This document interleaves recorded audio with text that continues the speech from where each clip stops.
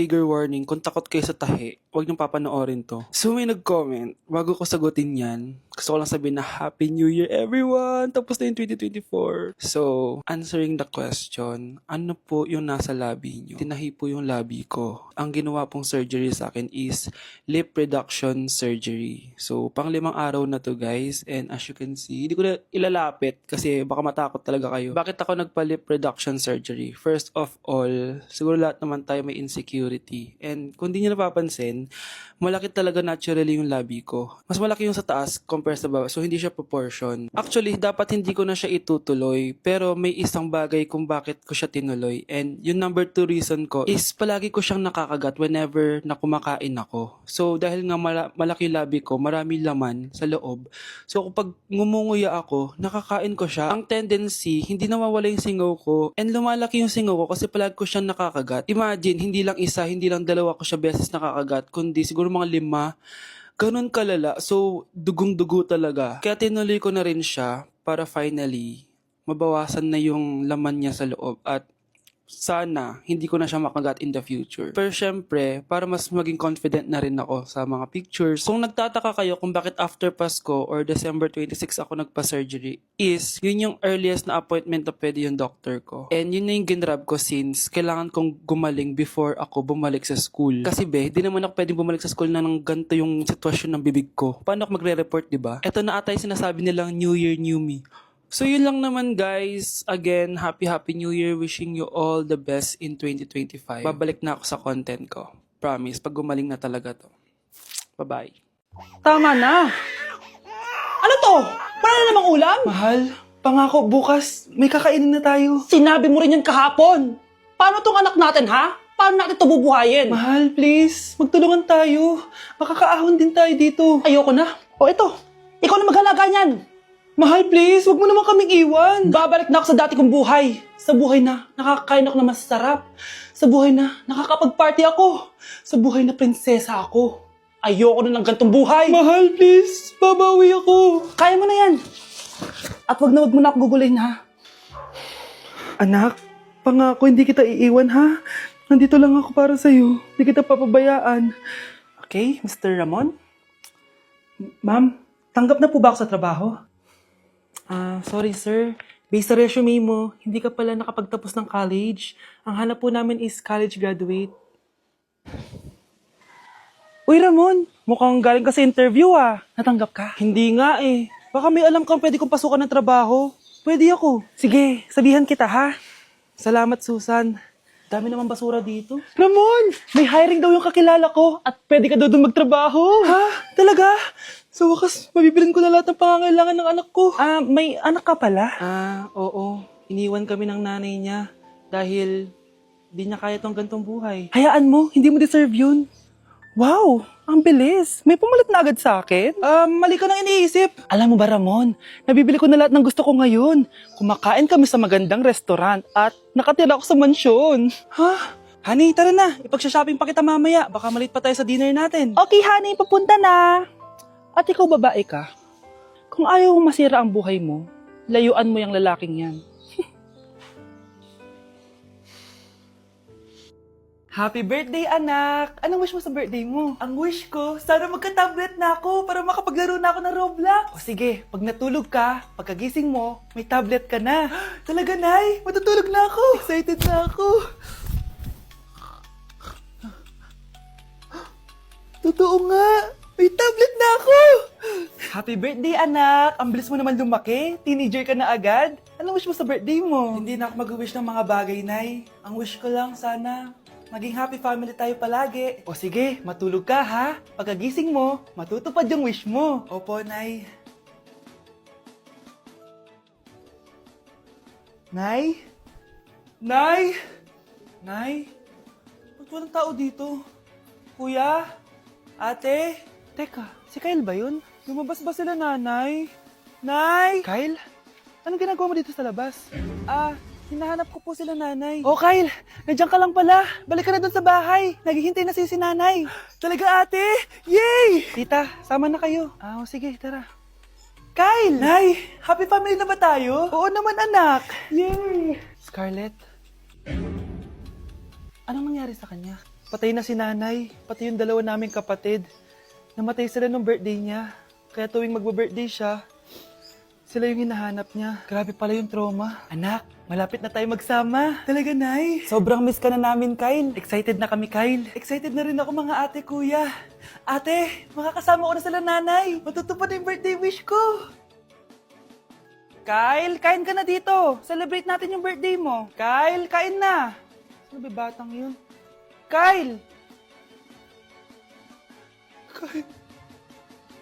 Kyle.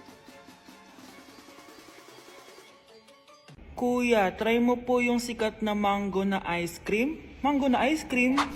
Mango is my favorite flavor, so let's try it.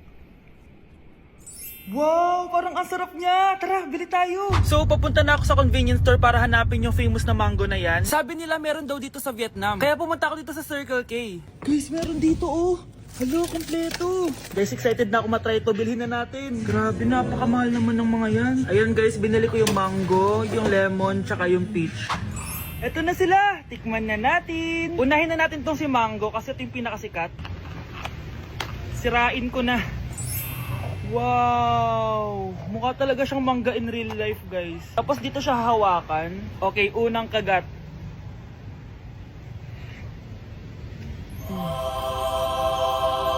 Ang sarap niya. Lasa talaga siyang mangga, promise, na may konting gatas. Medyo maasim din siya na onte. 10 out of 10 to sa akin, guys. Okay, next naman itong peach. Mukha siyang puwet ng bata, oh. Okay, kagatin na natin. Ang nostalgic ng lasa niya.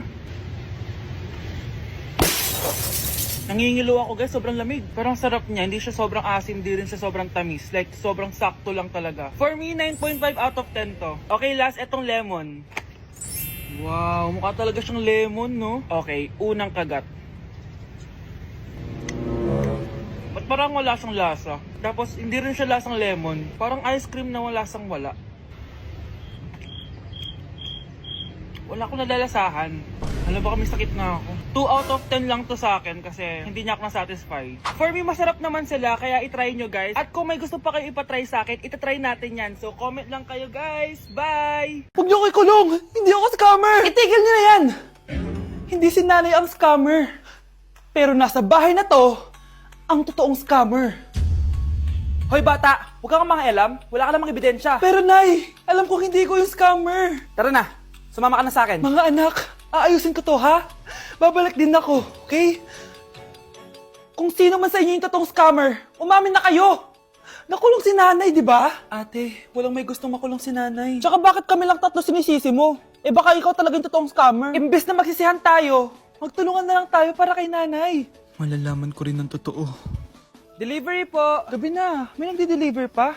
Kuya, kaninong parcel yan? Kay Susan po ulit. Ha? Paano nangyari yun?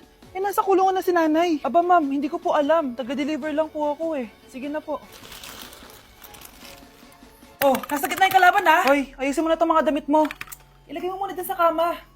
Oh, ayun na! Paano naman ito laman ng parcel na to? Nakakainis, talo na naman. Ano ba ito? Ba't nandito to? Ito ba yung galing sa scam? Sabi ko na nga ba, ikaw yung scammer! Ate, hindi ako yung scammer. May parcel na dumating at nakapangalan kay nanay. Di ba pang computer to? Eh, ikaw lang naman mahilig mag-computer dito eh. Ano na namang scam ang ginawa mo? Pasalamat ka, minor de edad ka pa. Bawal ka pa makulong. Pasensya na sa ginawa ng anak ko. Pagsasabihan ko to. Basta wag na uulitin ha. Ako na magbibigay sa mga may-ari neto. Sige na. Ang galing mo talaga. O eto, sino to cellphone? Akin tong pera. Mas kailangan ko to. Galingan mo pang mang-scam para mas marami tayong makuha.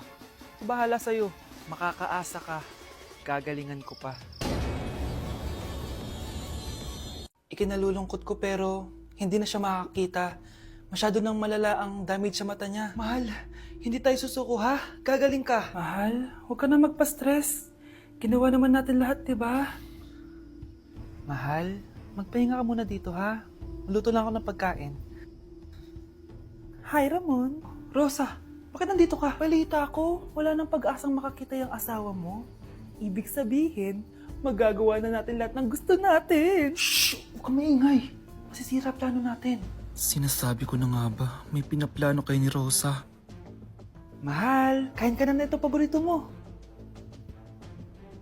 At talagang hinahayaan mo lang dito si Rosa, ha? Ano ba?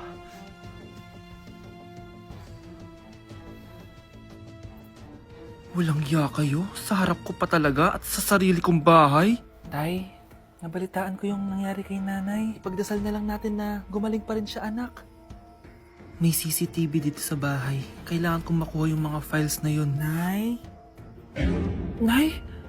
Nakakakita ka? Anak, please. Huwag mo muna sasabihin kahit kanino na nakakakita na ako. Nay, akala ko ba bulag ka na? Matagal na akong gumaling, anak.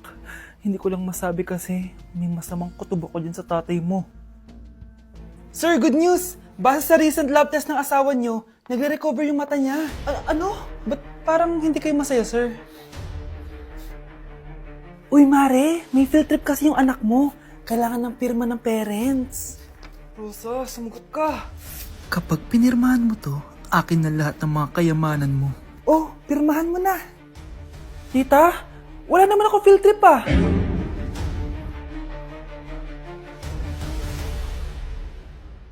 Baby, away tayo. O ano anak, puro bebe time na lang? Di ba may exam ka pa bukas? Opo, Nay. Try mo kaya mag-review para di ka puro bagsak. Diyos ko. Sige, Nay. Challenge accepted. Makaka-perfect ako sa exam bukas. Sino nagsabing hindi ko kaya mag-review? Baka Scarlett to. Ba't tumatawag na to? Oh, bakit, Bes? Nag-review ako. Te, may bago akong chika. Importante ba yan? Importante. So, eto na nga. Go, Te! Spill the tea! Ano nangyari? 1 hour later. O siya, sige na, Te. Magre-review na talaga ako. Storbo. Saan na ba ako? X, Y... Hala, break na sila. Ano nangyari? 1 hour later. Mag-review na nga ako.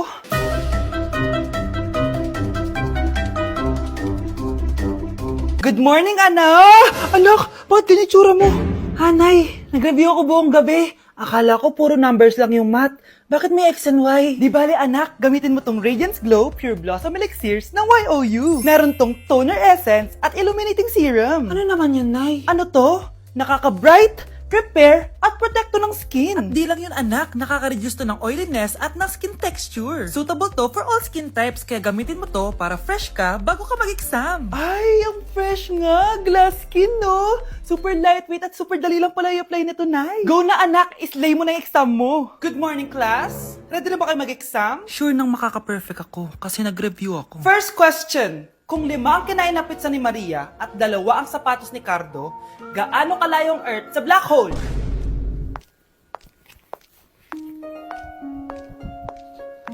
Hindi man lumabas ang mga nireview ko. Ang importante, maganda ako.